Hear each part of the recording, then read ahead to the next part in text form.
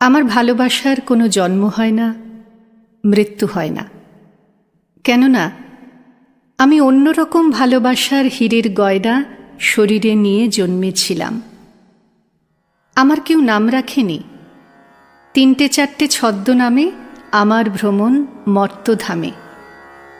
আগুন দেখে আলো ভেবেছি, আলোয় আমার হাত পুড়ে যায়। অন্ধকারে মানুষ দেখা সহজ ভেবে ঘূর্ণি মায়ায় অন্ধকারে মিশে থেকেছি। কেউ আমাকে শিরোপা দেয়, কেউ দুচোখে হাজার ছিছি। তবুও আমার জন্ম কবচ, ভালোবাসাকে ভালোবেসেছি। আমার কোনো ভয় হয় না। আমার ভালোবাসার কোনো জন্ম হয় না, মৃত্যু হয় না। নবীন কিশোর, তোমাকে দিলাম ভুবন ডাঙার মেঘলা আকাশ। তোমাকে দিলাম বোতামবিহীন ছেঁড়া শার্ট আর ফুসফুস ভরা হাসি। দুপুর রৌদ্রে পায়ে পায়ে ঘোরা, রাত্রির মাঠে চিত হয়ে শুয়ে থাকা, এসব এখন তোমারই। তোমার হাত ভরে নাও আমার অবেলা, আমার দুঃখবিহীন দুঃখ, ক্রোধ, শিহরণ। নবীন কিশোর, তোমাকে দিলাম আমার যা কিছু ছিল আভরণ। জ্বলন্ত বুকে কফের চুমুক, সিগারেট চুরি, জানালার পাশে বালিকার প্রতি বারবার ভুল পরুষ বাক্য, কবিতার কাছে হাঁটু মুড়ে বসা, ছুরির ঝলস, গূঢ় অভিমানে মানুষ কিংবা মানুষের মতো আর যা কিছুর বুক চিরে দেখা আত্মহনন, শহরের পিঠ তোলপাড় করা অহংকারের দ্রুত পদপাত।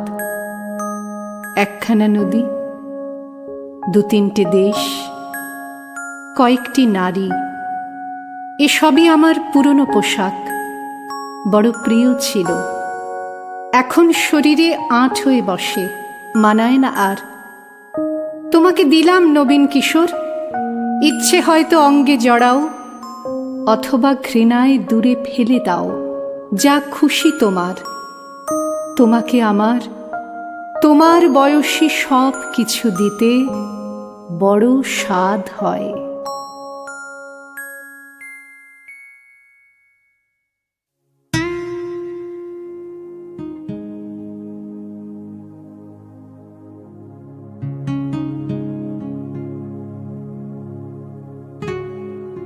বাসস্টপে দেখা হলো ৩ মিনিট, অথচ তোমায় কাল স্বপ্নে বহুক্ষণ দেখেছি ছুরির মতো বিঁধে থাকতে সিন্ধু পারে, দিক চিহ্নহীন। ৫২ তীর্থের মতো এক শরীর, হাওয়ার ভেতরে তোমাকে দেখেছি কাল স্বপ্নে, নীরা ঔষধি স্বপ্নের নীল দুঃসময়। দক্ষিণ সমুদ্রদ্বারে গিয়েছিলে কবে? কার সঙ্গে? তুমি আজই কি ফিরেছ? স্বপ্নের সমুদ্র সে কি ভয়ঙ্কর, ঢেউহীন, শব্দহীন, যেন ৩ দিন পরেই আত্মঘাতী হবে। হারানো আংটির মতো দূরে তোমার দিগন্ত, ২ উরু ডুবে গেছে নীল জলে। তোমাকে হঠাৎ মনে হলো কোনো জুয়ারির সঙ্গিনীর মতো, অথচ একলা ছিলে ঘোরতর স্বপ্নের ভিতরে, তুমি একা। ১ বছর ঘুমোবো না।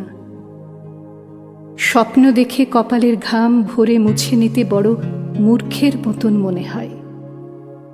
বরং বিস্মৃতি ভালো, পোশাকের মধ্যে ঢেকে রাখা নগ্ন শরীরের মতো লজ্জাহীন।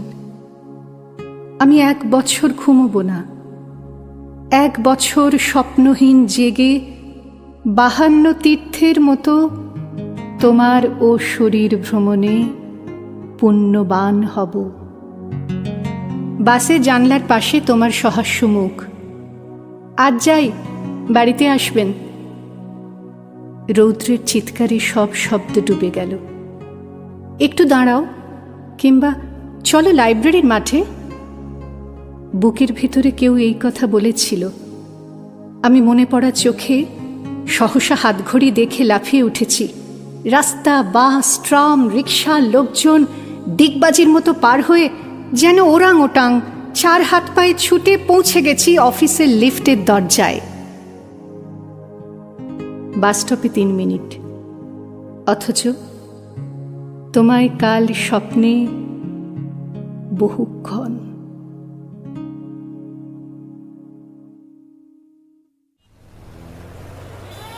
ডালহাউসি স্কোয়ারে ট্রাম থেকে নেমে সবেমাত্র একটা সিগারেট ধরিয়েছি।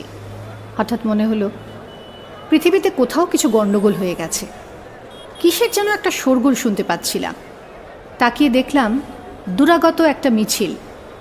এ পাড়া থেকে কি 144 ধারা উঠে গেছে? সারা বছরই তো থাকে, উঠে যায়নি। অবিলম্বে পুলিশ এসে মিছিলের গতি রোধ করল। উত্তেজনা ও গোলমাল বাড়ল। তারপরে হুড়োহুড়ি, লোকজন ছুটোছুটি করছে চারদিকে। ঠিক যেন ভিড়ের মধ্যে একটা পাগলা ষাঁড়কে ছেড়ে দেওয়া হয়েছে। ধাবমান লোকগুলির কোনো নির্দিষ্ট দিক নেই। আমি গড্ডালিকা প্রবাহে গা না মিশিয়ে প্রাক্তন রিজার্ভ ব্যাংকের গাড়ি বারান্দায় এসে দাঁড়ালাম। কলেজ জীবন থেকেই পুলিশের লাঠিচার্জ ও টিয়ার গ্যাস চালানো এত বেশিবার দেখেছি যে এইসব গোলমালের চরিত্র বুঝতে আমার ভুল হয় না। লাঠি টিয়ার গ্যাসের অবস্থায় এখনও আসেনি। লোকজনের ছুটোছুটি ক্রমশ বাড়ছিল। তার ফলে লেগে গেল একটা বিশ্রী ট্রাফিক জ্যাম। কতক্ষণে এর চট ছাড়বে কে জানে।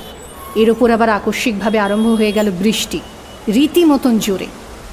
বৃষ্টি আসার ফলে লোকজনের ছুটোছুটি, মিছিল ও পুলিশের তাণ্ডব সবই অকিঞ্চিতকর হয়ে গেল। বর্ষার তেজি বৃষ্টি অন্য কিছু সহ্য করে না। কয়েক মিনিট পরে আর সব কিছুই শান্ত, শুধু বৃষ্টিরই প্রবল প্রতাপ দেখা গেল। আমি তখন আমার আশ্রয় ছেড়ে বেরিয়ে পড়লাম।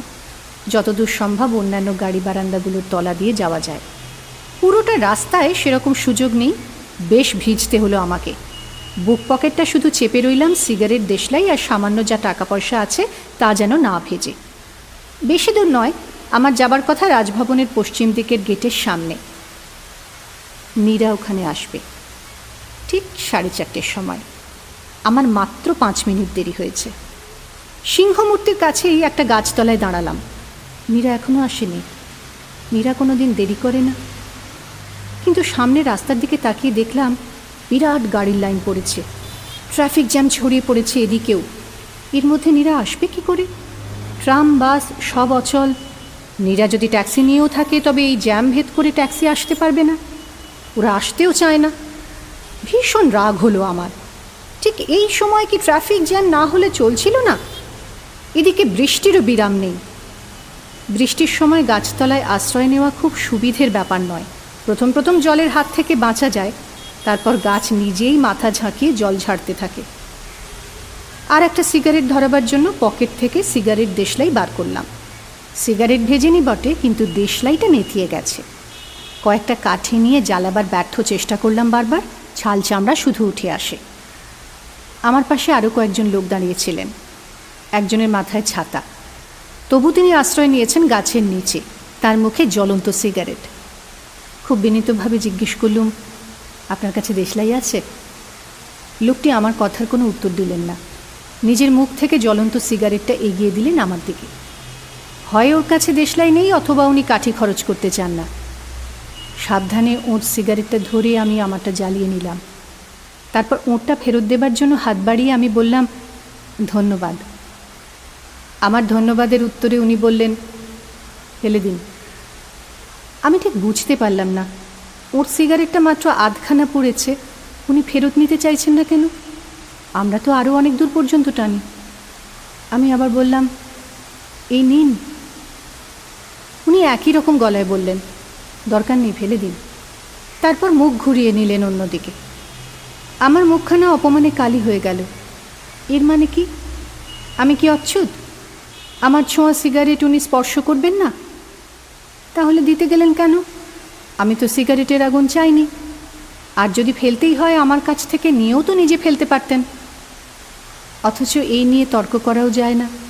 অভদ্র লোকদের এই একটা সুবিধে, ভদ্রলোকেরা তাদের চ্যালেঞ্জ করে না, তারা নিজেরাই সহ্য করে যান। আমি মনে মনে গজরাতে লাগলুম।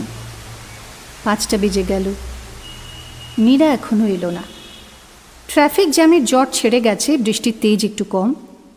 নীরা তো কোনো দিন এত দেরি করে না। 5:30 পর্যন্ত অপেক্ষা করলাম। আর কোনো সন্দেহ নেই যে নীরা আজ আর আসতে পারবে না। নিশ্চয়ই আকস্মিক কোনো অনিবার্য কারণে আটকে গেছে। আর অপেক্ষা করার কোনো মানে হয় না। বৃষ্টি থেমে গেছে। আমি গাছতলা ছেড়ে বেরিয়ে পড়লাম। আর একটা সিগারেট খেতে ইচ্ছে করছে অনেকক্ষণ ধরে, কিন্তু আমি কারোর কাছে দেশলাই চাইব না। সবেমাত্র পা বাড়িয়েছি, এই সময় পটাং করে আমার একটা চটি স্ট্র্যাপ ছেড়ে গেল। চামড়ার চটি জলে ভিজে স্যাঁতসেঁতে হয়ে গিয়েছিল। এখন এই ছেঁড়া চটি নিয়ে আমি কি করি? রাজভবনের সামনে মুচি খুঁজে পাওয়া একটা অসম্ভব ব্যাপার, অথচ ছেঁড়া চটি ঘষতে ঘষতে হাঁটাও একটা অসম্ভব ব্যাপার। চটি জোড়া পুরনো, ফেলে দিলেও ক্ষতি নেই, কিন্তু খালি পায়ে হাঁটার মতন মনের জোর নেই। অগত্যা সেই চটি টেনে টেনেই হাঁটতে লাগলুম। অত্যন্ত বিশ্রী লাগছে। চটি ছিঁড়ে গেলে মানুষের সমস্ত ব্যক্তিত্ব চলে যায়। খানিকটা এগোতেই কার্জন পার্কের মোড়ের কাছে দড়াম করে জোর একটা শব্দ হলো। চোখ তুলে সেদিকে তাকালাম। না তাকালেই ভালো হতো। একটা লরি ধাক্কা মেরেছে একটা টেম্পোকে।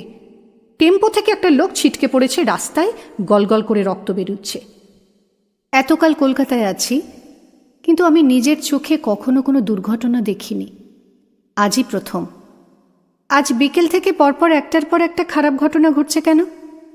পৃথিবীর যন্ত্রপাতিতে কি কোথাও কোনো গণ্ডগোল হয়েছে? হঠাৎ আমার মনে হলো নীরার নিশ্চয়ই কোনো অসুখ হয়েছে, সেই জন্যই আসতে পারেনি।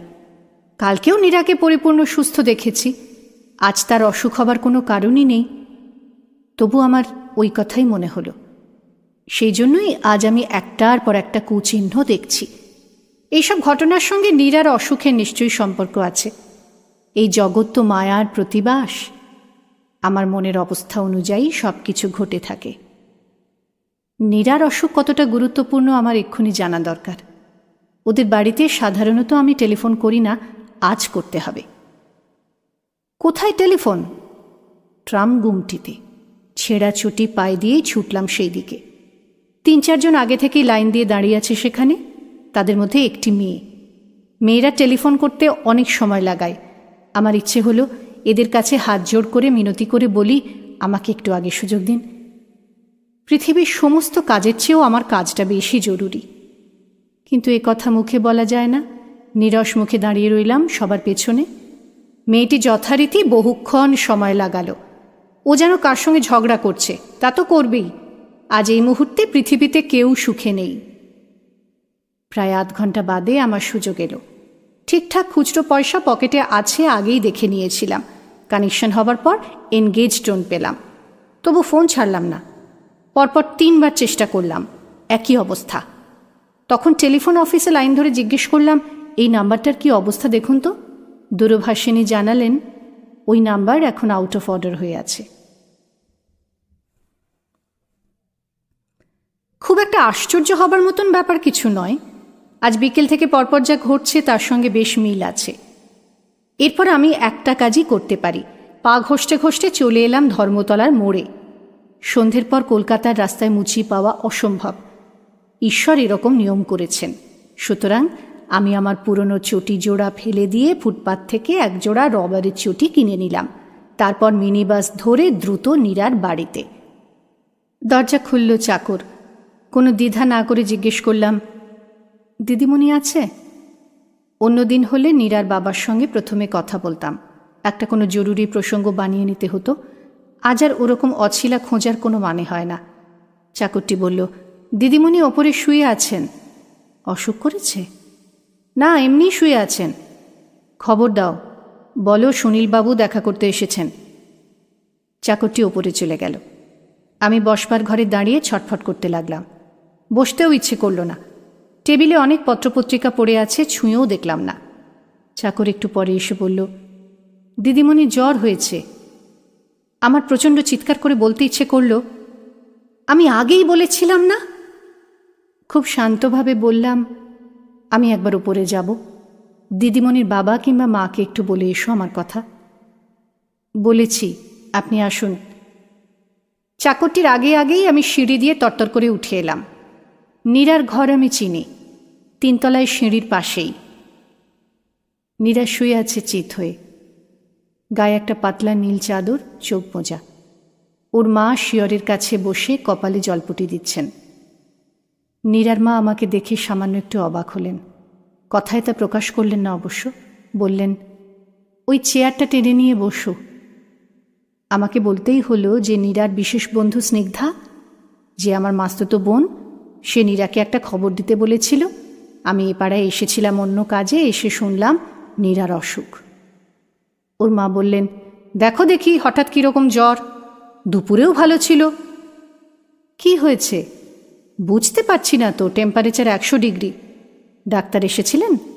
রথিনকে তো খবর পাঠিয়েছি, 9টার সময় আসবে বলেছে।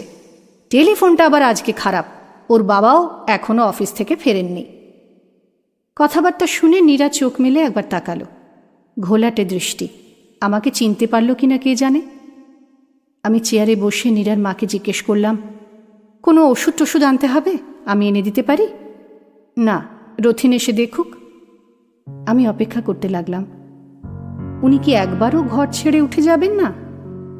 আজকালকার মায়েরা তেমন অবুঝ নন। একটু বাদেই উনি বললেন, তুমি একটু বসো, আমি একটু গরম দুধ নিয়ে আসি, যদি খায়। উনি ঘর থেকে চলে যাওয়া মাত্রই আমি উঠে গিয়ে দরজার কাছে উঁকি মেরে দেখলাম উনি একতলা রান্নাঘরেই যাচ্ছেন কিনা। উনি তাই গেলেন। তাহলে ফিরতে অন্তত 2 মিনিট তো লাগবেই। নীরার শিয়রের কাছে এসে আমি ওর কপালে হাত দিলাম। কপালটা যেন পুড়ে যাচ্ছে একেবারে। নীরা চোখ মেলে তাকালো আবার, তারপর অস্পষ্ট গলায় বলল, আমি আর যেতে পারিনি। ও কথা এখন থাক, তোমার কষ্ট হচ্ছে? আমার মন খারাপ লাগছে খুব। ছি, এখন মন খারাপ করে না। হঠাৎ অসুখ বাঁধালে কি করে? আমার তো অসুখ হয়নি, আমার মন খারাপ। লক্ষ্মীটি, এখন মন খারাপ করো না। নীরা আমার হাতটা টেনে নিজের চোখের ওপর রাখল। আমি ভালো লাগায় বিভোর হয়ে গেলাম, আবার ভয়ও করতে লাগলো, ওর মা এক্ষুনি এসে পড়বেন না তো। নীরা বলল, তুমি যেও না। আমি হাত সরিয়ে নিয়ে চেয়ারে এসে বসলাম। প্রায় সঙ্গে সঙ্গে ওর মা এসে ঢুকলেন ঘরের মধ্যে। উত্তেজনায় আমি কাঁপছি। ডাক্তার না আসা পর্যন্ত আমি বসেই রইলাম সেই ঘরে। এর আগেই নীরার বাবা এলেন, 2-4টে কথা বললেন আমার সঙ্গে।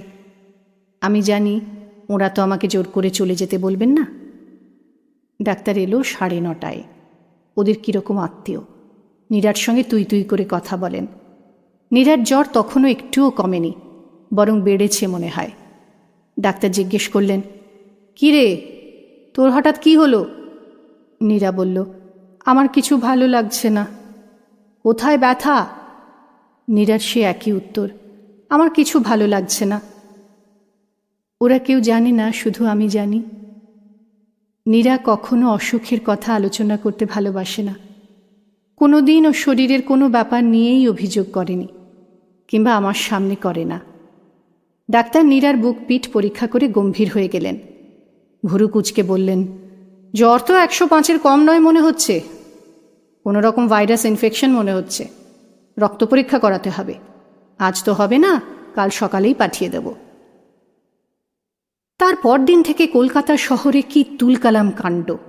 আগের দিনের ঘটনার জেরে ছাত্র ধর্মঘট, পুলিশের সঙ্গে আবার মারামারি, ট্রামবাস পুড়ল, কলকাতা শহরটা বিকল হয়ে গেল। আমি বিকেলে দৌড়তে দৌড়তে গেলাম নীরার কাছে। নীরার অবস্থা আরও খারাপ হয়েছে, কোনো কথা বলতে পারছে না, প্রায় অজ্ঞানের মতন অবস্থা। এদিকে রক্ত পরীক্ষার কোনো ফলাফল তখনও আসেনি। বিষণ্ণ মনে বেরিয়ে এলাম নীরাদের বাড়ি থেকে। রাস্তাঘাট ফাঁকা, থমথমে। যে কয়েকজন লোককে দেখা গেল সকলেরই মুখ থমথমে। মাঝে মাঝে হিংস্র চেহারায় পুলিশের গাড়ি টহল দিচ্ছে। আমি তো জানি কলকাতার এই অবস্থা তো শুধু নীরার জন্যই। নীরার অসুখ ঠিক না করলে এই শহর রসাতলে যাবে। পরদিনও নীরার ঠিক সেই একই রকম অবস্থা।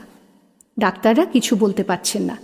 আমি তীব্রভাবে মনে মনে বলতে লাগলুম, আপনারা করছেন কি? আপনারা কি কলকাতার শহরটাকে ভালোবাসেন না? ওকে সারিয়ে না তুললে যে এই শহরটা ধ্বংস হয়ে যাবে, হঠাৎ ভূমিকম্পে সব কিছু ভেঙে পড়তেও পারে। সেদিন কলকাতার 7 জায়গায় ট্রামে বাসে আগুন লেগেছে, পুলিশের সঙ্গে খণ্ডযুদ্ধ হয়েছে অনেক জায়গায়। আমি একটু ফাঁকা ঘর পেয়ে অচেতন নীরার কপালে হাত দিয়ে বললাম, নীরা, ভালো হয়ে ওঠো, তোমাকে ভালো হয়ে উঠতেই হবে, তুমি এতগুলো মানুষের কথা ভাবো। পরদিন কলকাতায় কারফিউ জারি হবে কিনা এরকম জল্পনা কল্পনা চলছিল। কেউ কেউ বলছে আর্মিকে ডেকে আনা হবে। কিন্তু সেদিনই রক্ত পরীক্ষার ফল পাওয়া গেল, জানা গেল ভাইরাস। ঠিক ইঞ্জেকশন দেওয়ার পরেই নীরার জ্ঞান ফিরে এলো। 1 ঘন্টা বাদে ওর মুখের রংটা দেখালো অনেক স্বাভাবিক। আমি জিজ্ঞেস করলাম, নীরা, এখন কেমন আছো? নীরা সামান্য হেসে বলল, আমার মন ভালো হয়ে গেছে। সেদিন বাইরে এসে দেখলাম চমৎকার ফুরফুরে হাওয়া বইছে, রাস্তায় অনেক বেশি লোকজন, কয়েকজন পুলিশের মুখেও হাসি। পরদিন সকাল থেকে কলকাতা একেবারে স্বাভাবিক।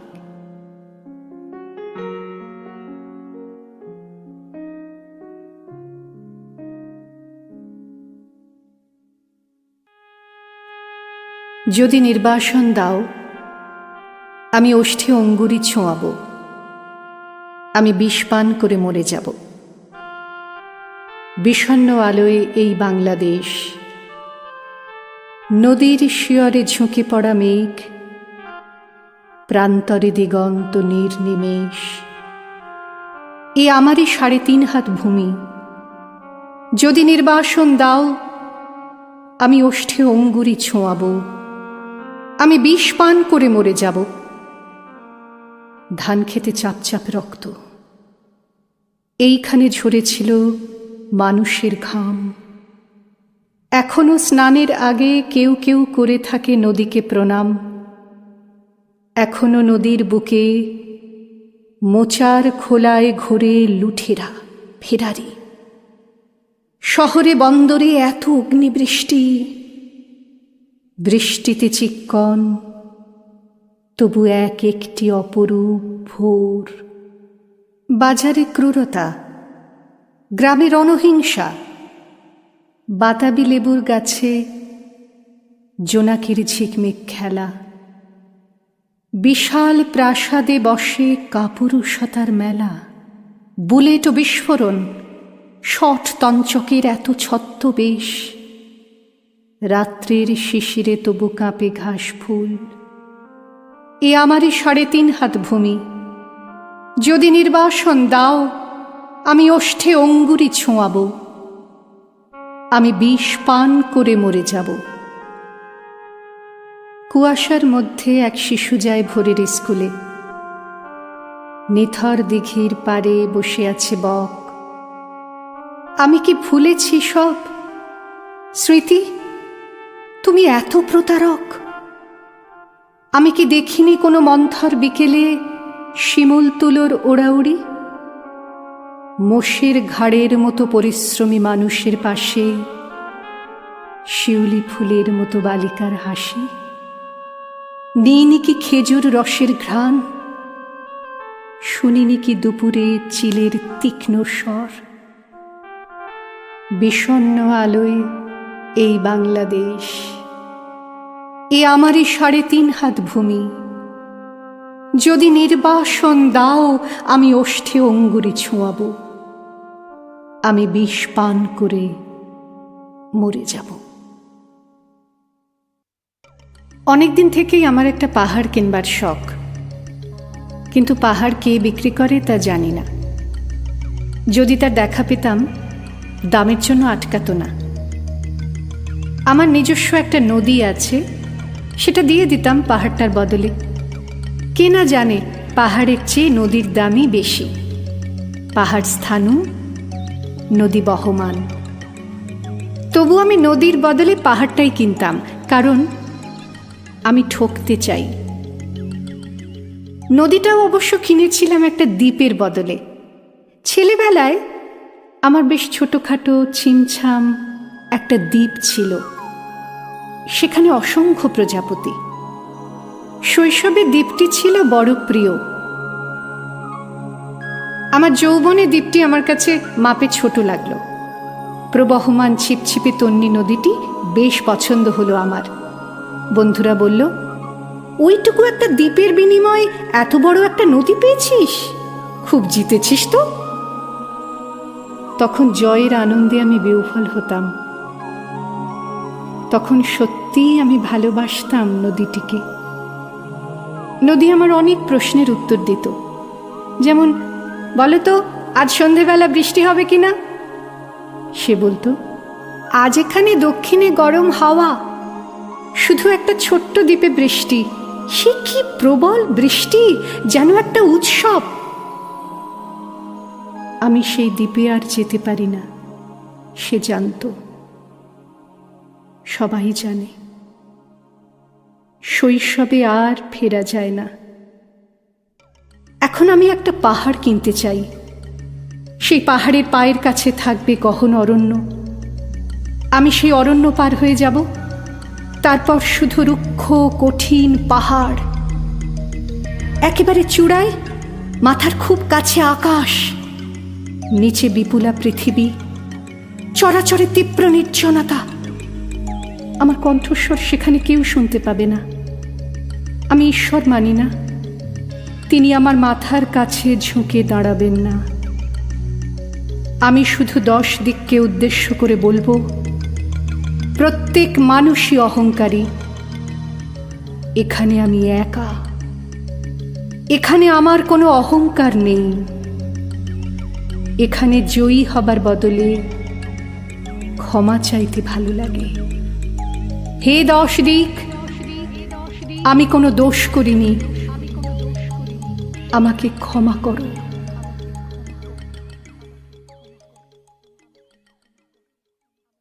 একদিন কেউ এসে বলবে, তোমার বসবার ঘরে একটা চৌকি পাতবার জায়গা আছে, আমি ওইখানে আমার খাটিয়া এনে শোব। আমার গাছতলা আর ভাল লাগে না। একদিন কেউ এসে বলবে, তোমার ভাতের থালা থেকে আমি 3 গ্রাস তুলে নেব, কারণ আমার কোনো থালাই নেই। আমার অনাহার একঘেয়েমির মতন ধিক ধিক করে জ্বলছে, আর আমার ভাল লাগে না। গাড়ি বারান্দার তলা থেকে ধুলোমাখা 3টে বাচ্চা ছুটে এসে বলবে, ওগো, আমরা বাসি রুটি চাই না, 5 নয়া চাই না। আমাদের ছাই রঙের হাফ প্যান্ট আর সাদা শার্ট পরিয়ে চুল আছড়ে দাও। আমাদের গাল টিপে দিয়ে বলো, সাবধানে, আমরাও স্কুলে যাব। একদিন কয়লা খনির অন্ধকার থেকে উঠে আসবে একজন কালো রঙের মানুষ। সে অবাক হয়ে বলবে, এ কি, আমার জন্য শোকসভা নেই কেন? ডিনামাইট নিয়ে আমি গিয়েছিলাম গভীর থেকে আরো গভীরে, আমি ফিরিনি, কিন্তু তোমাদের জন্য আগুন এসেছে। আমার নামে তোমরা কেন নাম রাখোনি শহরের রাস্তার? তবে এসব রাস্তা কাদের নামে, তাদের তো চিনি না। একদিন ধান খেতে কাদা জল মেখে দাঁড়ানো একজন মানুষ নিজের চেয়ে আরো অনেক লম্বা হয়ে উঠে গলা তুলে বলবে, তোমরা যারা কোনোদিন কাদা জল মাখনি, মাটিতে শোনোনি কোনো আওয়াজ, জানো না ঘাম রক্ত উৎকণ্ঠায় সবুজ হয় সোনালি, সেই তোমরাই শস্য নিয়ে রাহাজানি করো, আর আমার সন্তানরা থাকে উপবাসী। তোমাদের লজ্জা করে না? আমি আসছি। তারপর আমি ইন্দিরা গান্ধীকে জিজ্ঞেস করলুম, আপনি বই পড়তে ভালোবাসেন? উনি একটু হেসে বললেন, ছেলেবেলায় আমি বইয়ের পোকা ছিলুম, এখন বইটই পড়ার সময় পান না বোধহয়। সেরকম সময় পাই না তা ঠিকই, তবে যেটুকু সময় বাঁচানো যায়, যেমন ধরো যখন এক জায়গা থেকে আরেক জায়গায় যেতে হয়, বিমানে বসে আমি কারোর সঙ্গে কথা বলি না, শুধু বই পড়ি। একবার আসামে যাবার সময় আন্দ্রে মলরোর অ্যান্টি মেমোয়ার্স বইখানা পড়ছিলাম। মাত্র 48 পাতা পড়া হলো। সেখানে পেজ মার্ক দিয়ে রাখলাম, আর সুযোগই পাইনি। তারপর লুক্সেমবার্গ যাবার পথে আবার 49 পৃষ্ঠা থেকে। এই বইটিতে আপনার বাবার সম্পর্কে চমৎকার লিখেছেন। কথা থামিয়ে তিনি পাশ থেকে একটা কাগজের রুমাল তুলে নিলেন। সেটাতে একটা সুগন্ধ রয়েছে। বিমান যাত্রার সময় এরকম কাগজের রুমাল দেয়, আমি দেখেছি। একটু ভিজে ভিজে থাকে, মুখ মুছে নিলে পরিষ্কারও হয়, আবার গন্ধের জন্য মন ভালো হয়। এয়ার হোস্টেস যখন ট্রেটা বাড়িয়ে দিয়েছিল তখন আমি একটার বদলে 3টে নিয়েছিলাম। এরকম নিয়ম নয়, তবে আপত্তি করে না।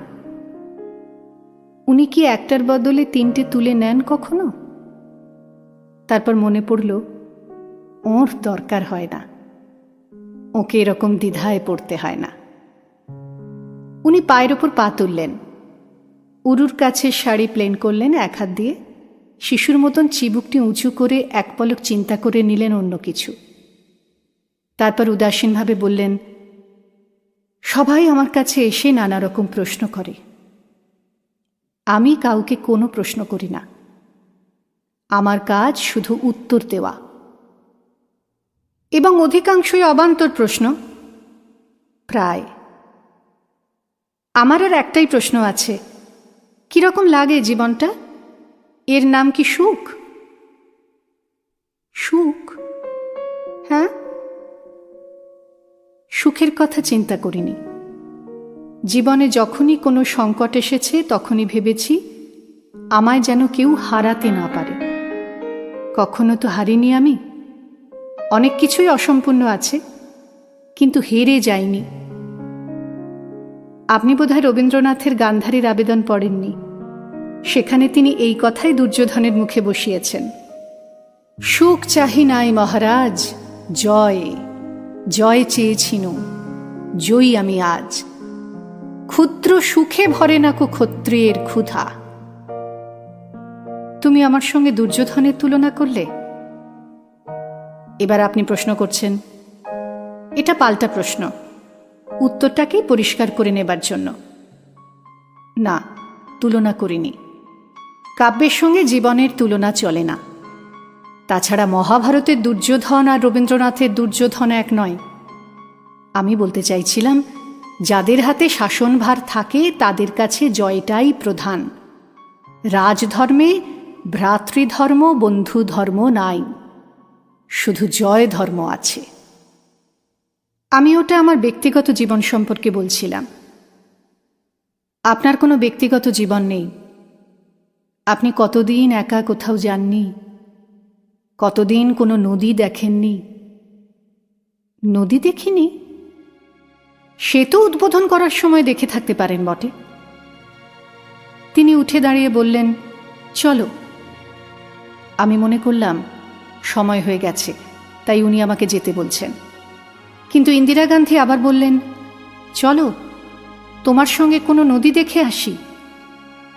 আমি বললাম, আপনার বয়সে কোনো নারীর সঙ্গে কোথাও বেড়াতে যাবার জন্য আমার প্রলুব্ধ হবার কথা নয়। তবে আপনার একটা আলাদা আকর্ষণ আছেই, শুধু রাষ্ট্রপ্রধান বলেই নয়, বয়স হওয়া সত্ত্বেও আপনি এখনও যেন যৌবনের প্রতীক। আপনার হাবভাব, চলাফেরা ও পোশাকের মধ্যে এখনও যৌবন সুলভ ব্যাপার আছে। শুনেছি আপনি খুব নিষ্ঠুর, কিন্তু আপনার মুখে তার কোনো রেখা পড়েনি। আমরা নদী সম্পর্কে কথা বলছিলাম। যাবে? সঙ্গে আপনার 57 জন দেহরক্ষীও যাবে নিশ্চয়ই। উনি একটু হেসে বললেন, 57 জন? তুমি গুনেছ নাকি? আমি তো জানি না। একবার রবীন্দ্র সদনে একটা উৎসবে আপনাকে দেখেছিলাম, তখনই শুনেছিলাম সর্বসমেত 57 জন ব্যক্তি আপনাকে পাহারা দিচ্ছে। বাইরে জল খেতে গেছি, সেখানেও দেখি কলের কাছে একজন লোক দাঁড়িয়ে, দেখলেই বোঝা যায় প্রহরী। তিনি আমাকে বলেছিলেন, আমি এখানে দাঁড়িয়ে আছি বলে কেউ জল খেতে আসছে না, অথচ আমার এখানেই দাঁড়াবার কথা। এই রকম হয় বুঝি? যাই হোক, চলো, আজ আমি একাই গঙ্গার ধারে যাব। এ কথা ঠিক, আমি পৃথিবীর সর্বত্র গেছি, করতলের মতনই পৃথিবীটা চিনি। তবে অনেক দিন কোনো নির্জন নদী তীরে দাঁড়াইনি। কলকাতার গঙ্গার ধার খুব সুন্দর। পৃথিবীর বিখ্যাত দৃশ্যগুলির একটি, কিন্তু আপনি সেখানে যেতে পারবেন না। আপনি নিষেধ করলেও রক্ষীরা শুনবে না, একটু দূরে থেকে অনুসরণ করবে। তাছাড়া কি বলতে আমার দ্বিধা হচ্ছে, অভয় পেলে বলতে পারি। বলো। গঙ্গার ধারের সেই আততায়ী যে রয়েছে। তার মানে পৃথিবীর প্রত্যেকটি জায়গাতেই কি আপনার জন্য একজন আততায়ী অপেক্ষা করে বসে নেই? নইলে এত রক্ষী কেন? উনি একটা নিঃশ্বাস ফেলে বললেন, তা আছে। এটা তো অস্বাভাবিক কিছু নয়। আমাকে সরিয়ে দেওয়ার ব্যাপারে অনেকেরই স্বার্থ আছে। পৃথিবীর সব রাষ্ট্রপ্রধানের ক্ষেত্রেই এরকম হয়, জানি। কিন্তু সবসময় আমাকে একজন কেউ হত্যা করতে চায়, এই চিন্তাটা কেমন লাগে? সবসময় মনে থাকে না। সবসময় রক্ষী থাকা মানেই চেতনে হোক অবচেতনে হোক এটা মেনে নেওয়া। অভ্যেস হয়ে যায়, এটাও part of the game. Rabindra সদনের বাইরে জলখাবার জায়গায় যে লোকটি একা দাঁড়িয়েছিল, তার সেই দাঁড়িয়ে থাকার ভঙ্গির মধ্যে অদ্ভুত একটা কিছু ছিল। সেই জন্য আমি সপ্রশ্ন চোখে তাকিয়েছিলাম। তার ভঙ্গি অলস অথচ সতর্ক, অন্যমনস্কের ভান অথচ নজর তীক্ষ্ণ। নিশ্চয়ই ওর কাছে কোনো অস্ত্র ছিল। ওই লোকটিকেও আমি আততায়ী ভাবতে পারতাম, কিন্তু ও ছিল প্রহরী। ভেবে দেখতে গেলে আততায়ী ও প্রহরীর মধ্যে মিল আছে। উনি আমার কথা শুনে বিরক্ত হলেন মনে হলো। বিখ্যাত ভঙ্গিতে ভুরু কুঁচকে তাকিয়ে রইলেন একটুক্ষণ। তারপর বললেন, কথায় কথা বাড়ে। আমি নদীর কাছে যেতে চেয়েছিলাম একা। একা? হ্যাঁ, এবং তুমি আমায় রাস্তা চিনিয়ে নিয়ে যাবে। জানো বোধহয় আমি কোনো শহরেরই রাস্তা চিনি না। হঠাৎ ভিড়ের কলকাতা শহরের মাঝখানে আমাকে ছেড়ে দিলে আমি বাচ্চা মেয়ের মতন হারিয়ে যাব। কিন্তু তার আগে গঙ্গার ধারের সেই আততায়ীর ব্যাপারটা নিষ্পত্তি হওয়া দরকার নয় কি? মনে হয় সেখানে কোনো আততায়ী নেই। তুমিই তো বললে সেটা খুব সুন্দর জায়গা। আব্রাহাম লিঙ্কন যখন মুগ্ধ হয়ে নাটক দেখছিলেন, তখন মঞ্চের ওপর থেকেই লাফিয়ে এসেছিল আততায়ী। খুনির সৌন্দর্য বোধ নেই। কিন্তু আমাকে মারতে চাইবে কেন? আমি কি এই দেশটাকে বাঁচাবার জন্য প্রাণপণ চেষ্টা করছি না? দেশটাকে বাঁচানো বড় কথা নয়, কথা হচ্ছে কে তাকে বাঁচাবে।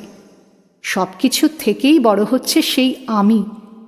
মৃত্যু না হলে কিংবা নিহত না হলে কেউ দেশের পরিত্রাতার ভূমিকা ছাড়তে চায় না।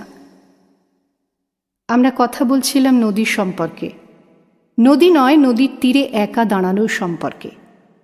ঠিক, তুমি হঠাৎ এ কথাটা বলেছিলে কেন? আমি কতদিন কোনো নদী দেখিনি। আপনি বলেছিলেন আপনার ব্যক্তিগত জীবনের সম্পর্কে কিছু একটা। আমি বলছিলাম আপনার কোনো ব্যক্তিগত জীবন নেই, সেই জন্যই নদীর কথা আসে। আপনার এরোপ্লেন আছে, হুকুম আছে, সেতু উদ্বোধনের তারিখ আছে, কিন্তু আপনার কোনো নদী নেই। তাতে কিছু যায় আসে না। তাহলে? তবু হঠাৎ আপনি নদী দেখতে চাইলেন। চলো, আমাকে কেউ চিনতে পারবে না, কেউ বিশ্বাসযোগ্য মনে করবে না আমার চেহারা। বড় জোর বলা বলি করবে, ওকে ঠিক ইন্দিরা গান্ধীর মতন দেখতে। স্বয়ং ইন্দিরা গান্ধী হতেই পারে না। এরকম বিভ্রম কোনো চিত্রতারকা সম্পর্কে হতে পারে, কিন্তু আপনার অসংখ্য ছবি ছাপা হয়। কথায় কথা বাড়ে। চলুন তাহলে দেখা যাক পরীক্ষা করে। রাজভবনের গেটের বাইরে আমি অপেক্ষা করছিলাম। উনি একটা সাদা শাল জড়িয়ে বেরিয়ে এলেন। সন্ধে হয়ে গেছে অনেকক্ষণ। আমাকে 2টো সিগারেট পোড়াতে হয়েছিল। উনি এসে বললেন, কোনোদিন আমি এখানে পায়ে হেঁটে ঢুকিনি কিংবা বেরোইনি, তাই আমাকে কেউ লক্ষ্য করেনি। সবাই আমার গাড়িটা পাহারা দিচ্ছে। নিশ্চয়ই আপনার সঙ্গে প্রতি 5 মিনিট অন্তর আরও অসংখ্য লোকের দেখা করার কথা ছিল। অনেক দাবি, অনেক অনুগ্রহ, অনেক প্রতিবাদ। তা ছিল, কিন্তু যুবক, তুমি নিজেকে বিশেষ সৌভাগ্যবান মনে করো না। মনে রেখো, তুমি আমার পথ প্রদর্শক মাত্র। অদূরে গঙ্গা, আপনি সোজা চলে যান। তুমি রাগ করলে? আপনাকে একটু আগে আমি বলেছিলাম যে নারীর সঙ্গে সান্ধ্য ভ্রমণে আমি কখনো নিজেকে সৌভাগ্যবান মনে করি বটে, কিন্তু আপনার ক্ষেত্রে সে কথা আসে না। ইংরেজিতে যাকে বলে ফুল থ্রোটেড লাফটার, তিনি সেইভাবে হাসলেন। একথা ঠিক, সমস্ত প্রবীণ পুরুষ ও নারীর মধ্যেই কখনো কখনো একটি শিশুকে খুঁজে পাওয়া যায়। রেডিও ভবনের পাশ দিয়ে স্টেডিয়ামের গা ঘেঁষে আমরা হাঁটছিলাম। আবছা অন্ধকারের রাত্রি, পথে অনেক মানুষজন, কিন্তু কেউ আমাদের লক্ষ্য করছে না। অল্প বয়সী যুবক ও যুবতীরা নিজেদের নিয়েই মত্ত। একটি ভিখারি শিশু অনেকক্ষণ ধরে আমাদের পেছনে পেছনে আসছিল। উনি একটু বিব্রত বোধ করলেন। উনি সঙ্গে পয়সা আনেননি। খুব সম্ভবত কোনো দিনই ওর নিজের কাছে টাকা পয়সা থাকে না, অন্তত গত কয়েক বছর। উনি আমার দিকে তাকালেন। আমি বললাম, খুচরো পয়সা আমার কাছে আছে, কিন্তু ভিক্ষে দেওয়াটা কি ঠিক নীতি? নিজের বিবেককে প্রশ্ন করো। আমার বিবেক এক এক রকম নির্দেশ দেয়, সেই জন্যই আপনার কাছে জানতে চাইছিলাম। আমি মানুষকে নীতিবোধ শেখাই না। আমি ভিখারি শিশুটিকে 10 পয়সা দিলাম। সে চলে যাবার পর আমি বললাম, ওর প্রতি দয়াবশত আমি পয়সা দিইনি। আমি চাইছিলাম ও যেন আর বিরক্ত না করে। কলকাতায় ওই কি একমাত্র ভিখারি? না, এখানে ভিখারির সংখ্যা 3,01,000। একজন মানে? আমাকে নিয়ে? তুমি কিসের ভিখারি? আমি একটু চুপ করে রইলাম। তারপর উত্তর দিলাম, বলতে যাচ্ছিলাম ভালোবাসার, তারপর মনে হলো এটা একটা ক্লিশে। আমার মনে হলো ক্লিশে হলেও সত্যি, অথচ এসব মুখে বলা যায় না। তুমি ভালোবাসা পাওনি? তা পেয়েছি, তবু একটা ভিখারিপনা থেকেই যায়। যাদের ওরকম থাকে তারা জীবনে কোনো বড় কাজ করতে পারে না। আপনার ওই দুর্বলতা নেই? ছিল এক সময়, খুবই, যখন আমার মায়ের খুব অসুখ। থাক, ছেলেবেলায় একটা লেখা পড়েছিলাম, Socrates in an Indian village. আমার ক্ষেত্রে সেটা খাটে না। ইডেন উদ্যানের কোণটায় এসে আমরা দাঁড়াই। রাস্তার মাঝখানে গোল একটা স্থাপত্য। একসময় ওখানে বিদেশি কোনো রাজপুরুষের মূর্তি ছিল, এখন শূন্য প্যাডেস্টাল। সেদিকে কিছুক্ষণ তাকিয়ে রইলেন। মনোরম হাওয়া দিচ্ছে। তিনি জিজ্ঞেস করলেন, পথপ্রদর্শক, এবার কোন দিকে? আমি বললাম, রাস্তা পার হতে হবে, পারবেন? শটশট করে গাড়ি ছুটে যাচ্ছে, মাঝে মাঝে বিশালকায় ট্রাক। উনি বহুদিন একলা এইভাবে ট্রাফিকের মধ্যে হেঁটে রাস্তা পার হননি। কিন্তু সব ব্যাপারেই ওর একটা সপ্রতিভতা আছে। ডান দিক ও বাঁ দিকে তাকিয়ে ধীর পদক্ষেপে রাস্তা পার হয়ে এলেন। এই গতিভঙ্গিতে একটা আভিজাত্য আছে, ব্যস্ততা ওকে মানাতো না। তখনই কিন্তু গঙ্গার দিকে না গিয়ে আমি ওকে নিয়ে কেল্লার দিকে রাস্তা ধরে আরও একটু হাঁটলাম। হাওয়া ক্রমশ প্রবল হচ্ছে, বেশ শীতের শিরশিরে ভাব। উনি শালটা ভালোভাবে জড়িয়ে নিলেন শরীরে। আপন মনেই বললেন, কলকাতায় আছি, অথচ এতখানি সময় আমার নিজস্ব, এটা যেন ঠিক বিশ্বাসই করতে পারছি না। কলকাতায় অভিযোগ অনেক বেশি থাকে। আমি চুপ করে রইলাম। আমার দেশলাইয়ের কাঠি ফুরিয়ে গেছে, সিগারেট ধরাতে পারছি না, এইটাই আমার একমাত্র চিন্তা। উল্টো দিক থেকে একজন লোক হেঁটে আসছিল, মুখে সিগারেট। আমি তাকে বললাম, দাদা, একটু আগুনটা দেবেন? লোকটি থমকে দাঁড়ালো। আমার সিগারেট ধরাতে যেটুকু সময় লাগলো, সেই সময় লোকটি তাকালো ভারত কিংবা পৃথিবীর সবচেয়ে বিখ্যাত নারীটির দিকে। চিনতে পেরেছে কিনা কে জানে, তবে নিশ্চিত অবাক হয়েছে। পর্যায়ক্রমে আমার দিকে এবং তার দিকে দুবার তাকালো। উনি একটু পাশের সরে দাঁড়িয়ে স্থির চোখে তাকিয়ে আছেন এদিকে। হঠাৎ আমার একবার মনে হলো, এই লোকটি কি গঙ্গার ধারের সেই আততায়ী? এরা ঠিক খবর পেয়ে যায়। আমি লোকটিকে বললাম, ধন্যবাদ। না, লোকটি চিনতে পারেনি। আবার হাঁটতে আরম্ভ করলো। আমি ওকে বললাম, আমি একটু বেশি সিগারেট খাই, আপনি কিছু মনে করছেন না তো? উনি হাতের ভঙ্গিতে কথাটা উড়িয়ে দিয়ে বললেন, আমরা নদীর দিকে যাচ্ছি না কেন? আমি বললাম, ঠিক কোন জায়গায় আপনাকে মানাবে ঠিক বুঝতে পারছি না, পথপ্রদর্শকের অনেক দায়িত্ব। উনি বললেন, আমি নদী দেখতে এসেছি, আমাকে সবচেয়ে বেশি মানায় উঁচু মঞ্চে, সেটা আলাদা কথা। আবার রাস্তা পার হবার একটা ব্যাপার হলো। ছোট রেল লাইন পেরিয়ে আমরা এলাম স্ট্র্যান্ডে। জায়গাটা নির্জন। নদী এখন কালো এবং গম্ভীর। একটি আলো ঝলমল বিদেশি জাহাজ খুব কাছেই, জলে পড়েছে লম্বা লম্বা আলোর রেখা। দূরে কয়েকটা ডিঙি নৌকার লণ্ঠনকে এখান থেকে জোনাকি বলে ভ্রম হয়। উনি মুখ তুলে তাকালেন নদীর দিকে, বললেন, কই, কিছুই হলো না তো? কি? আমি ভেবেছিলাম অন্যরকম মনে হবে, কিন্তু আমার মনে পড়ছে ফারাক্কার কথা, কলকাতা বন্দরের সমস্যা, বাংলাদেশের প্রয়োজনের কথা এবং দ্বিতীয় সেতু। আমি বললাম, আপনি এখনো মঞ্চে দাঁড়িয়ে আছেন কিংবা রাজভবনের প্রতিনিধি সম্মেলনে, আপনি নদীর কাছে আসেননি। উনি চোখ বুঝে আবার চোখ খুললেন, বললেন, এবার তো ভালো করে দেখতে পাচ্ছি নদীকে। জয় না সুখ, কোনটা? প্রশ্ন করো না। কি অসহায় মনে হচ্ছে এখন আপনাকে? একটু দর্পিত ভঙ্গিতে আমার দিকে ঘুরে বললেন, অসহায় কেন? জয় না সুখ আপনি বুঝতে পারছেন না?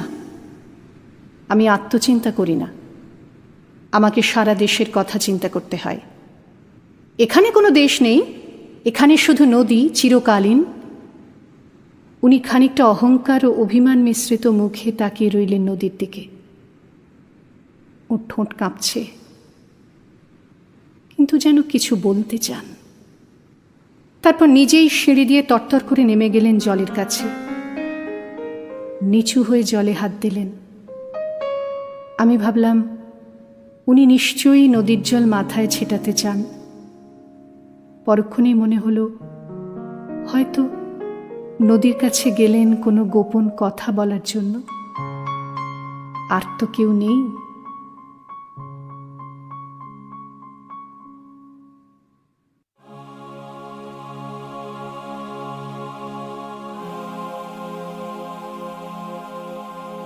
কারাগারের ভিতরে পড়েছিল জ্যোৎস্না। বাইরে হাওয়া, বিষম হাওয়া,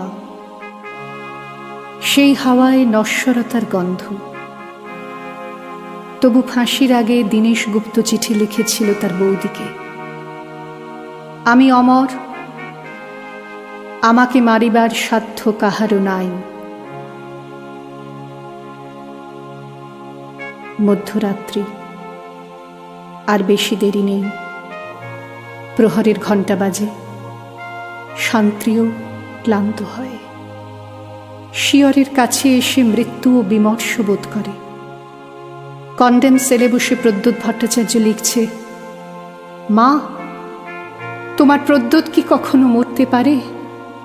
আর চারদিকে চেয়ে দেখো, লক্ষ প্রদ্যোৎ তোমার দিকে চেয়ে হাসছে।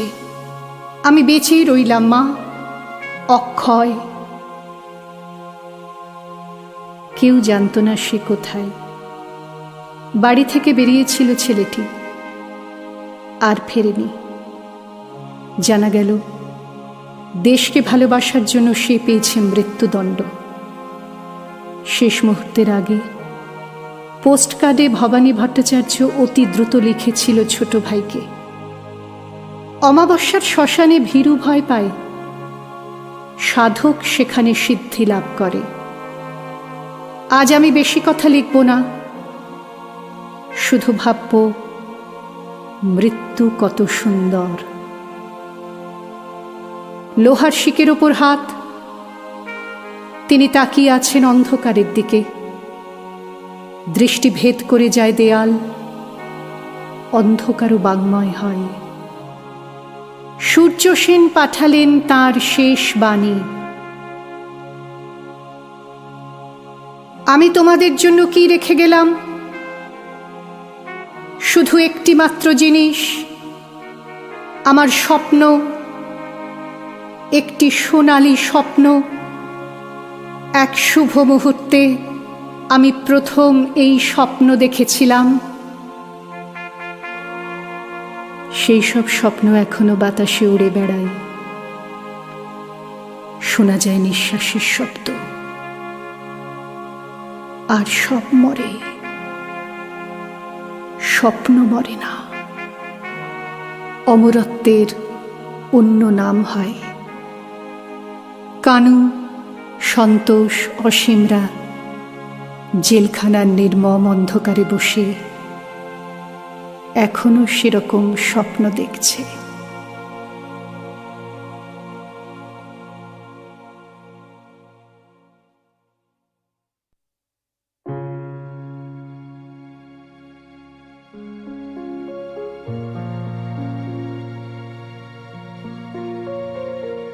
রবীন্দ্রনাথ সঠিক বলে গিয়েছিলেন, রামের জন্মস্থান কোথায়।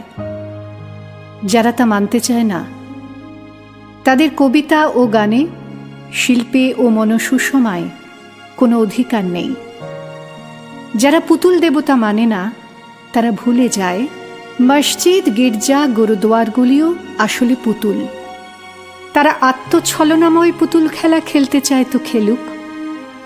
তারা বিশ্ব নিখিলের মধুরে মধুর চিনবে না কোনো দিন। এতগুলো শতাব্দী গড়িয়ে গেল, মানুষ তবু ছেলে মানুষ থেকে গেল, কিছুতেই বড় হতে চায় না। এখনো বুঝল না যে আকাশ শব্দটার মানে চট্টগ্রাম কিংবা বাঁকুড়া জেলার আকাশ নয়। মানুষ শব্দটাতে কোনো কাঁটা তারের বেড়া নেই।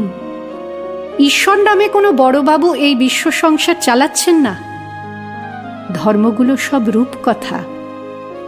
যারা সে রূপকথায় বিভোর হয়ে থাকে, তারা প্রতিবেশীর উঠোনের ধুলোমাখা শিশুটির কান্না শুনতে পায় না। তারা গর্জন বিলাসী, অনুভব করতে পারে না ঐকতান। কিছু কিছু মানুষ আমাদের সাবালক করার জন্য মাথা খুঁড়ে গেলেন।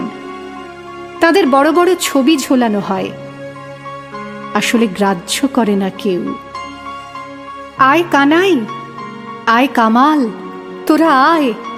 পৃথিবী ভর্তি বুড়ো খোকাদের পাগলামি দেখে আমরা একটা গাছতলায় দাঁড়িয়ে হাসাহাসি করি।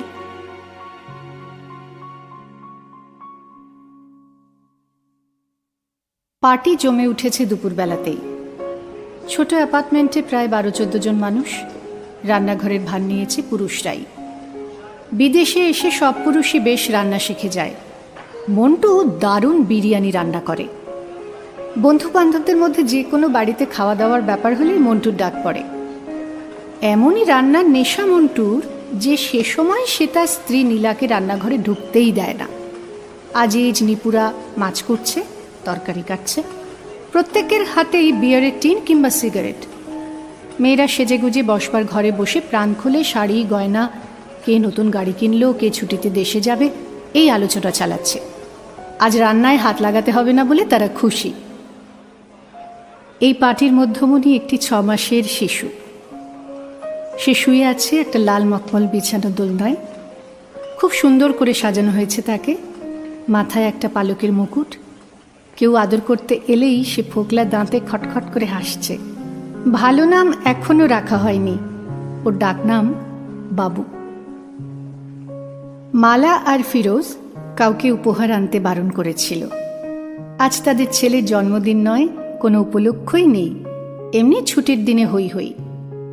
মালা সদ্য তার বাচ্চাকে নিয়ে ঢাকা থেকে এসেছে। বন্ধু বান্ধবরা এই প্রথম ফিরোজের সন্তানের মুখ দেখছে। উপহার আনবে না? অনেক রকম বেলুন আর খেলনায় ঘরের একটা কোণ ভরে আছে। ফিরোজ একটা বার কাউন্টার খুলে ফেলেছে। কাউকে বিয়ার, কাউকে ভদকা দিচ্ছে গেলাসে গেলাসে। মেয়েরা এসব খেতে চায় না। ফিরোজ খুব চেষ্টা করছে তার ঘনিষ্ঠ বন্ধু ফারুকের স্ত্রী পাখিকে ওয়াইন খাওয়াতে। মুখের সামনে গেলাস নিয়ে বলছে, অন্তত একটা চুমুক দাও, আমি তোমাকে আগে ওয়াইন খেতে দেখেছি প্রফেসর লোথারের বাসায়। এই সময় টেলিফোন বেজে উঠল। ফারুক দাঁড়িয়ে আছে টেলিফোনের কাছে। সে তুলে বলল, হ্যালো হ্যালো, গুটেন মর্গান। কথা বলতে বলতে ফারুকের ভুরু কুঁচকে গেল। ওপাশের কথা শোনা যাচ্ছে না, সবাই এক দৃষ্টিতে তাকিয়ে আছে। ফারুক মাউথপিস চাপা দিয়ে ফিসফিস করে বলল, রোজা। কয়েক মুহূর্তের জন্য অস্বস্তিকর নীরবতা। বাচ্চার দোলনার কাছ থেকে মালা তীক্ষ্ণ কণ্ঠে বলল, কি চাই সে? ফারুক বলল, ফিরোজের সঙ্গে কথা বলতে চায়। স্ত্রীর অনুমতির অপেক্ষা না করেই ফিরোজ এগিয়ে গিয়ে ফোনটা ধরল। প্রথমে একটুক্ষণ জার্মান ভাষায় কথা বলে তারপর শুরু করলো বাংলায়। হ্যাঁ, আসতে পারো, অবশ্যই, এখনই চলে এসো। তোমার স্বামী সঙ্গে আছে? তাকেও নিয়ে এসো, কোনো অসুবিধা নাই। He is most welcome. আমরা এই নতুন বাসার ডিরেকশন বলে দিচ্ছি। হব্বান হপে নামবা, সেখান থেকে কাইজারস্ট্রাসের কর্নারে 11 নম্বর ট্রাম।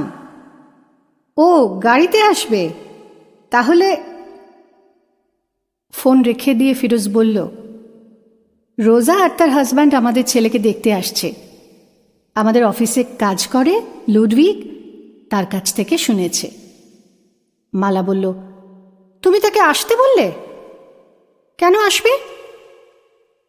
ফিরোজ মালার কাঁধ ছুঁয়ে বলল, ওটা এদেশের ভদ্রতা, উতলায় হয়েও না। আমরাও ভদ্রতা করব, দেখো ওরা বেশিক্ষণ থাকবে না। মালা তবু ভুরু কুঁচকে রইল। বাচ্চার দিকে মুখ ঝুঁকিয়ে বলল, নজর দিতে আসছে। ফিরোজ হো হো করে হেসে উঠল। বারান্দার কাছে দাঁড়িয়ে আছে আহবাব আর ডালিম। ডালিম সদ্য এসেছে দেশ থেকে। সে ফ্র্যাঙ্কফুর্ট শহরটাই এখনো ভালো চেনে না। সে ফিসফিস করে জিজ্ঞেস করল, এই রোজা কে? আহবাব বলল, রোজা আগে ফিরোজের স্ত্রী আছিল, 8 বছর পর ডিভোর্স হয়ে গেছে। মালার সঙ্গে ফিরোজের বিয়ে হয়েছে মাত্র 2 বছর আগে। ডালিমও অবাক হয়ে বলল, আগের বউ? সে আসতে চায় কেন? তার এখনকার স্বামীকে সঙ্গে নিয়ে আসবে? আহবাব বলল, এ দেশে এটা কিছু অস্বাভাবিক না। রোজার সাথে তো ফিরোজের ঝগড়া মারামারি হয় নাই, মিউচুয়াল ডিভোর্স। তারপরেও সামাজিক সম্পর্ক রাখতে তো অসুবিধা নাই কিছু। আবার আড্ডা শুরু হলেও ঠিক জমল না। এদের মধ্যে অনেকেই রোজাকে চেনে। 4-5 বছর আগে এই ফিরোজের বাড়িতেই কোনো পার্টি হলে রোজা হইচই করে জমিয়ে রাখত। দারুণ প্রাণবন্ত মেয়ে রোজা।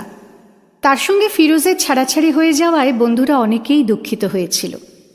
জার্মান মেয়েরা এমনিতেই বউ হিসেবে খুব ভালো হয়, তাদের মধ্যে রোজা আরও বেশি ভালো। তবু ঠিক কী কারণে দুজন নারী পুরুষের বিচ্ছেদ হয়ে যায় তা অন্যদের পক্ষে বোঝা সম্ভব নয়। পাখি একবার অন্য কথার মধ্যে বলে উঠল, রোজা আসতে চায় আসুক, সে আবার স্বামীটিকে নিয়ে আসছে কেন? ওর স্বামী তো জার্মান, তার সামনে বাংলায় কথা বলা যাবে না। 8 বছরের বিবাহিত জীবনে রোজা বেশ ভালো বাংলা শিখে নিয়েছিল। উচ্চারণে গণ্ডগোল থাকলেও সাবলীলভাবে কথা বলে যেত বাংলায়। রোজার সেই বাংলা জ্ঞান আর কোনো কাজে লাগবে না। একটু বাদে বেল বাজতেই সবাই সচকিত হয়ে উঠল। এর মধ্যেই চলে এলো। দরজা খোলার পর দেখা গেল অন্য অতিথি, অনিল আর বাদল। ওরা কলকাতা থেকে বুক ফেয়ারে যোগ দিতে এসেছে, এখানে ফারুকের আমন্ত্রিত। দুজনের হাতে তুলে দেওয়া হলো ভদকার গেলাস। বাদল বলল, চমৎকার বিরিয়ানি রান্নার গন্ধ বেরিয়েছে। পাশের ঘর থেকে মন্টু চেঁচিয়ে বলল, আর 20 মিনিটের মধ্যে সব রেডি হয়ে যাবে, তারপর লাঞ্চ সার্ভ করা হবে। অনিলকে দেখে বালা কিছুক্ষণের জন্য রোজার কথা ভুলে গেল।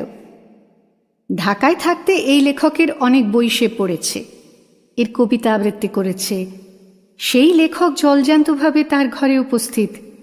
দেখলে মনে হয় সাধারণ একজন মানুষ, লেখক বলে বোঝাই যায় না।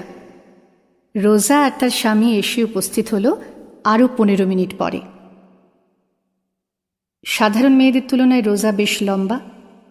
তার শরীরের গড়ন, মুখশ্রী ভারী আকর্ষণীয়। একটা হলুদ স্কার্ট পরে আছে। তার তুলনায় তার স্বামীটি একটু বেঁটেই হবে, তবে মুখে বেশ বুদ্ধির ছাপ আছে, ওষ্ঠে হাসি মাখানো। ফিরোজ বেশ লম্বা চওড়া, তার পাশে রোজাকে ভালো মানাতো। মালা ছোট্টখাট্ট সুন্দরী বাঙালি মেয়ে।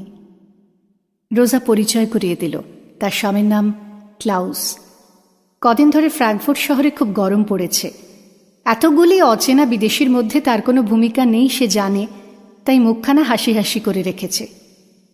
ঘরের মধ্যে উপস্থিত যারা আগে থেকে রোজাকে চিনত, তারা এখনকার রোজার মধ্যে উচ্ছলতার কোনো চিহ্ন খুঁজে পেল না। শান্ত সংযত ভঙ্গি, মাথা ঝুঁকিয়ে অভিবাদন জানালো মালাকে। তারপর একটি ছোট্ট রূপোর বাক্স তুলে দিল তার হাতে। তার মধ্যে রয়েছে খুদে খুদে 2টি রূপোর চামচ। বাচ্চাটির দিকে তাকিয়ে বলল, কি সুন্দর, টানা টানা চোখ, টিকালো নাক, মায়ের সঙ্গে খুব মিল। দেখো দেখো ক্লাউস। ক্লাউস কাছে এসে নিখুঁত ভদ্রতার সঙ্গে বলল, ভেরি হ্যান্ডসাম। ফিরোজের সঙ্গে কথা বলছে না রোজা।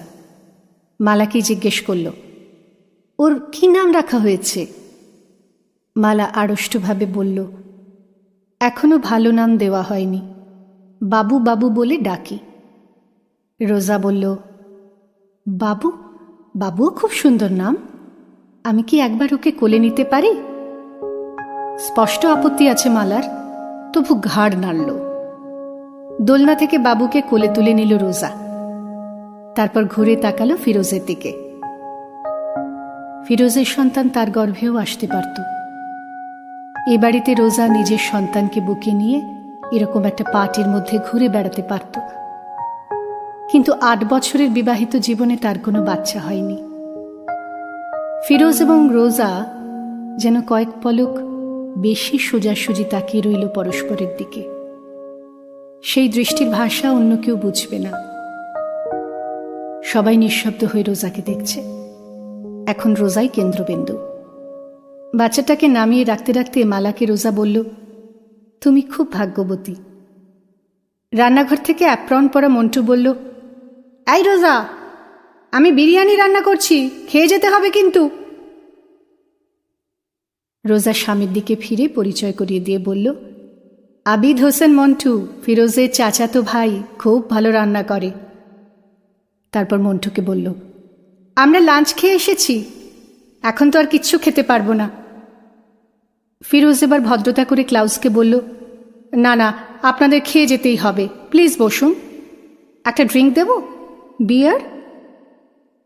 ক্লাউস জানালো সে কোনো রকম মদ্যপান করে না।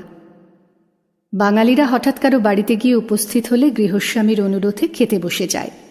জার্মানরা সেরকম খাবে না, তাছাড়া এদের সঙ্গে তাদের সেরকম সম্পর্কও নয়। ক্লাউস আর রোজা কিছুতেই খেতে রাজি নয়। মালা বলল, অন্তত একটা মিষ্টি খেয়ে যান। রোজা বলল, ঠিক আছে, একটা মিষ্টি আর 1 গেলাস পানি। এবার ওরা বিদায় নেবে। সব মিলিয়ে 10-12 মিনিট। ফিরোজ ওদের পৌঁছে দিল সিঁড়ি পর্যন্ত। নাম্বার আগে রোজা বলল, ঘরে বাচ্চাটা রয়েছে, সবাই সিগারেট খাচ্ছে, বন্ধুদের পাশের ঘরে গিয়ে সিগারেট খেতে বলো। আবার শুরু হয়ে গেল গুঞ্জন। বারান্দার ধারে দাঁড়ানো ডালিম আর আহবাবের পাশে এসেছে অনিল আর বাদল। বাদল বলল, জার্মান ছেলে অথচ বিয়ার খায় না, এ যে দৈত্যকুলে প্রহ্লাদ। অনিল বলল, হয়তো খায়, এখানে খেতে চাইল না। ডালিম ফিসফিস করে জিজ্ঞেস করল, মেয়েটিকে তো বেশ ভালোই মনে হলো, ডিভোর্স হলো কেন? আহবাব বলল, মেয়েটা বোধহয় বাঁজা, ফিরোজের খুব ছেলে মেয়ের শখ। বারান্দা দিয়ে দেখা গেল রাস্তায় নেমে গেছে রোজা আর ক্লাউস। ক্লাউস চাবি দিয়ে গাড়ি খুলছে। এপাশে দাঁড়িয়ে হঠাৎ ফুঁপিয়ে কেঁদে উঠল রোজা। ব্যাগ থেকে রুমাল বার করে চোখ মুছল। তারপর 2টি কাগজ বার করল, 2খানা মেডিকেল রিপোর্ট। রোজা আর ফিরোজ 2 জায়গায় পরীক্ষা করিয়েছিল। 2 জায়গা থেকে রিপোর্ট দিয়েছে ফিরোজের সন্তানের জন্ম দেওয়ার ক্ষমতা নেই। তবু ফিরোজ 2য়বার বিয়ে করে সন্তানের গর্বিত পিতা হয়েছে। অলৌকিক ব্যাপার আজও ঘটে। কাগজ 2টো টুকরো টুকরো করে ছিঁড়ে ফেলল রোজা। ক্লাউস জিজ্ঞেস করল, ও কি করছো, কি ছিঁড়ছ? রোজা বলল, ফিরোজকে ফিরিয়ে দেব ভেবেছিলাম, তারপর মনে হলো ওর আর দরকার নেই। ক্লাউস মুচকি হেসে বলল, প্রেমপত্র নাকি? রোজা হাহাকারের সুরে বলল, হ্যাঁ।